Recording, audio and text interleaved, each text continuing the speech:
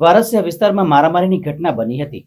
દૂધ લેવા જેવી નજીવી બાબતે થયેલા ઝઘડાએ ઉગ્ર સ્વરૂપ ધારણ કરતા 3 લોકો ઈજાગ્રસ્ત થયા છે. વડોદરાના વારસિયા વિસ્તારમાં મધરાત્રિએ મારામારીની ઘટના બની છે. દૂધ લેવા જેવી નજીવી બાબતે ઝઘડો થયો હતો.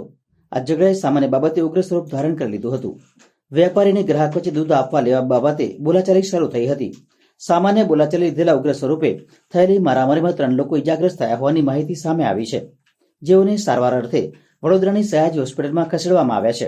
જ્યારે સમગ્ર મામલે શનિવારે વારસિયા પોલીસે 3 ઇસમોની અટકાયત કરી આગળની કાર્યવાહી હાથ ધરી છે. ના પેલા એક અંકલ હતા, પહેલા તો એમને જ માર્યા હતા. તો એ અંકલને મારે તો કોઈ જોયો તો ના ને, એટલે એમને છોડાવવા ગયો હતો તો એમને પણ માર્યું છે. તો એવું તો ના ચાલે ને, તમે કોઈ ઉંમરવાળાને મારે તો કોઈ એમનો છોકરો અને બીજો ભાઈ પણ તો ના જ જોઈએ ને.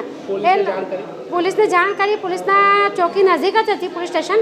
ત્યાં પોલીસ સ્ટેશનમાં ગયા હતા એ લોકો, વારસા police station, new police station, ત્યાં જૂની પોલીસ સ્ટેશનના બાજુમાં ઝઘડો થયું હતું. મારી દુકાન વારસિયા વિસ્તારમાં આવી છે. મારી દુકાને આવ્યો તો દૂધ લેવા માટે.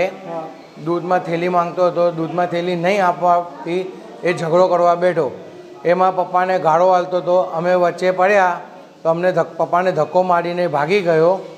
પછી અમે પાછળ એની ઘેર સુધી ગયા તો પછી પાછળથી ફટકો માર્યો, તલવાર મારી છે. 2 ભાઈના હાથમાં તલવાર હતી અને એના બાપાના હાથમાં દંડો હતો. એ મારીને મારા ભાઈને બેભાન કરી દીધો. મને એનો બાપો પકડી બેઠો હતો, છોડતો નહોતો. અને એ બંને ભાઈ મારા ભાઈને મારતા હતા. અને બીજો એક ભાઈબંધ હતો, એને પણ માથા પર તલવાર મારી.